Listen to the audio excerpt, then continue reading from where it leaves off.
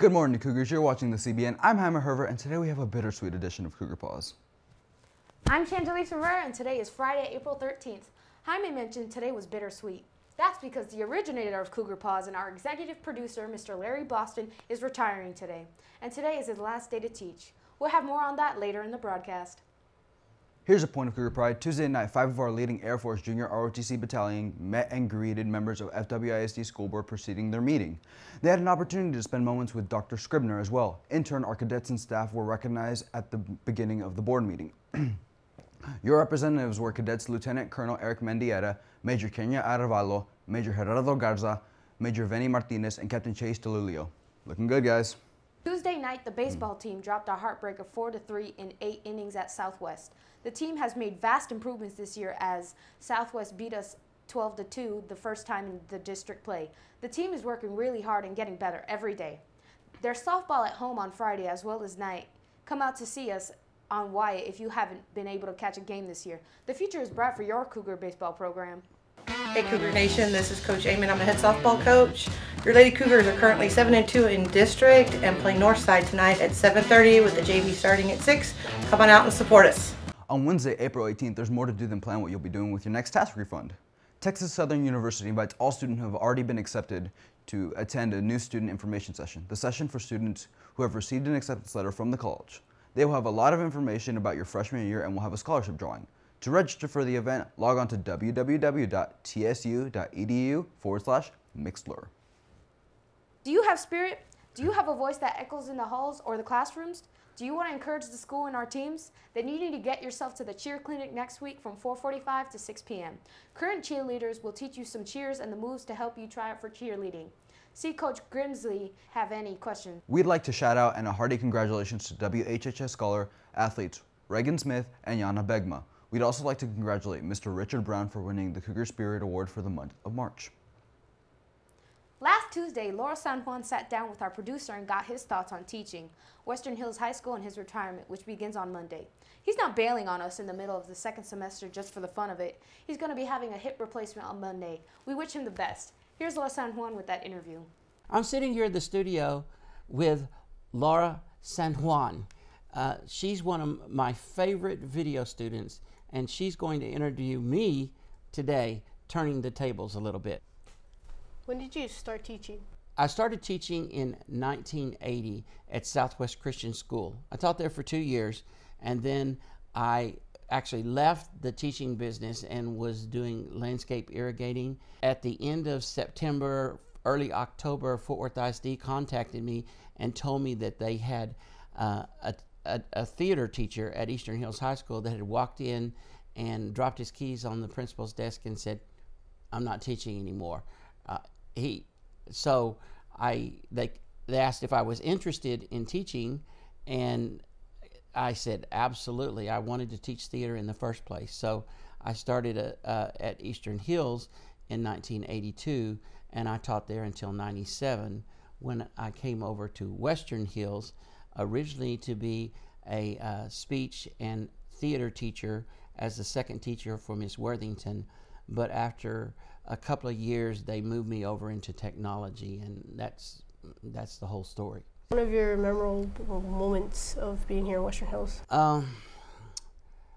My most memorable moment was in 2000, and I took several students up to the state of Oklahoma, and we made a documentary about a fight over some underground water that was in what's called an aquifer, and it was called the Arbuckle-Simpson Aquifer. The newspaper up there did a story that we were coming up to do a documentary about it. People came out of the woodwork saying, "Come to our property because Pennington Creek bubbles up out of the ground here." And Pennington Creek is a river-sized creek, so it was an enormous amount of water. And so I got to take all these students back in to videotape all these different beautiful, pristine places that have to do with the very clear, pure water that comes up out of the ground in Oklahoma. How do you feel about retiring? I had planned to teach 2 more years, so I could say I taught 40 years, but circumstances didn't really work out that way. I'm actually taking a medical disability because of some orthopedic issues that are making it harder and harder to get around. And so once I had agreed to that in my mind, or acquiesced to it, I got to the point where I was, okay, I'm going to do this, and my wife is also retiring, so we'll be able to do a little bit of traveling. But I didn't intend or expect it to happen this quickly. I thought I would finish the year out, but on Monday, after you see this, I'll be having a hip replacement. What was one of the things you loved about teaching here at Western Hills? I think the teachers will understand this probably more so than the students, but the thing that I have liked the most about teaching here is that I'm not teaching as an island. Is there anything significant that you're leaving here at Western Hills? Oh, I'd like to think there is. There's a couple of things that I think bear a little bit of my thumbprint on them. And one is the Black Box Theater. When I was still teaching theater with Miss Worthington, a bond proposal came in and a bond program was implemented, and they were going to actually turn that old band hall where the Black Box is into 2 classrooms so that we would have classrooms together. And I mentioned to her, you know what, it'd be so much better than having 2 classrooms if they would build a small theater in there called a Black Box. And so she said, well, why don't you draw it up? So I drew it up and gave it to her, and then she gave it to the architects, and they came back and did exactly what I had drawn up. And so I love that I put my mark on that. And then a few years ago, we didn't have a studio. Where we're sitting right now was a classroom. And at the last minute, I decided to include the superintendent in on it. And so I sent it to the superintendent, Walter Dansby at the time, and he saw me the next day at 2 different meetings. And at the second meeting, he called me up and said, talk to me about this video studio. And I started talking to him, and after 4 minutes, he said, stop. You don't have to tell me anymore. Draw up what you want tonight. Here's my cell phone, and if my second in command guy doesn't come out and talk to you tomorrow about this, you give me a call. And I'm very excited that the 2 teachers that are here, Mr. Posey and Mr. Beals, are very accomplished at video and teaching video, and they have a awesome, dynamic woman that's coming in to take my place next year from Eastern Hills, because I think that's the progression. You start at Eastern Hills, then you move to Western Hills. You go to the better hills, is what it is. And so that's probably what I would say that I'm leaving the school happily. Thank you for taking some time to sit down with me. Oh, it's a pleasure. Are you headed to prom but don't have a thing to wear? Take a look at this. We have the perfect thing. Seniors, on May 3rd after school from 3:30 to 6 o'clock, there is going to be a prom pop-up shop in the auditorium. You can sign up with Coach Fonville in room 223 for more information.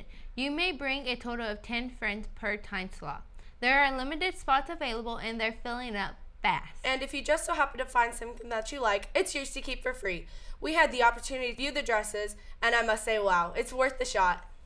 Social studies students recently took a trip to the Holocaust Museum in Dallas. Here's Julian Santiago with a story about that. Friday, March 23rd, students from Mr. Abbott's AP US and AP Euro classes were invited to visit the Dallas Holocaust Museum, where the students were able to interact with the tour guides and the displays around them that were related to the Holocaust. The guest speaker, Maggie First, a survivor of the Holocaust, had shared her story. When asked about their overall experience, here's what students had to say. Going on the field trip to the Holocaust Museum was an experience. Well, the Holocaust Museum, I thought it was pretty cool. I thought it was pretty informational. It was very sentimental. I think the overall experience was pretty good. I got to learn way more about the Holocaust. We got to actually meet a Holocaust survivor. They had a guest speaker who was actually like in there, so I thought that was pretty cool to hear from someone. And meeting a Holocaust survivor was a pretty great experience, ain't gonna lie. I liked how the tour guide was asking us questions that really made us ponder over it. It was really small, but it was pretty informational. I liked it. I like how the guides who talked about it, they all felt like they knew what they were talking about. They all were pretty informative and they were all open to questions. It was just an overall great experience to learn, and I recommend anybody should check it out. If a student asked a question, they weren't like, I don't know, man, you're gonna have to Google that later. No, they knew what they were talking about, they knew what they were doing, and it felt pretty nice. And I think it was worth skipping school for that experience, because you may not get an experience like this ever again. I think it's important for the kids to get real life experiences that they can't just get in the classroom. And this is one opportunity that's available to us in the Dallas-Fort Worth area. I think they need to get a better understanding of what the Holocaust or genocide actually is. It happens and we read about it in the papers, but this was an opportunity to see real photos and listen from people that were actually alive at that time. Hey there, Cougars. The band is a happening group, and we want you. Play an instrument, the band wants you. You don't play an instrument but have good timing, we want you. The color guard gets better each year and throughout each season. This year we started off with room for improvement, and improve we did. You bet your sweet aspirations. And speaking of aspirations, we achieved ours with second place in the Regional AA Championships. Here's a clip from that competition.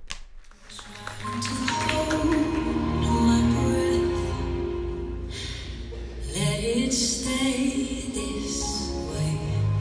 Can't let this moment end. You set off. Picture yourself in next year's competition as a member of a Division I champion, the Western Hills Color Guard. Sign up today outside the band hall. Color Guard is open for students of all grades and genders. We want you! Well, Cougars, that's all we have for you today. I'm Evan Herbert for the Cougar Pause. And I'm Changelie Severa on the CBN. And I'm Larry Boston, your first producer, passing on the baton and wishing you a good day, some great news, and a wonderful life. I also call my hometown home.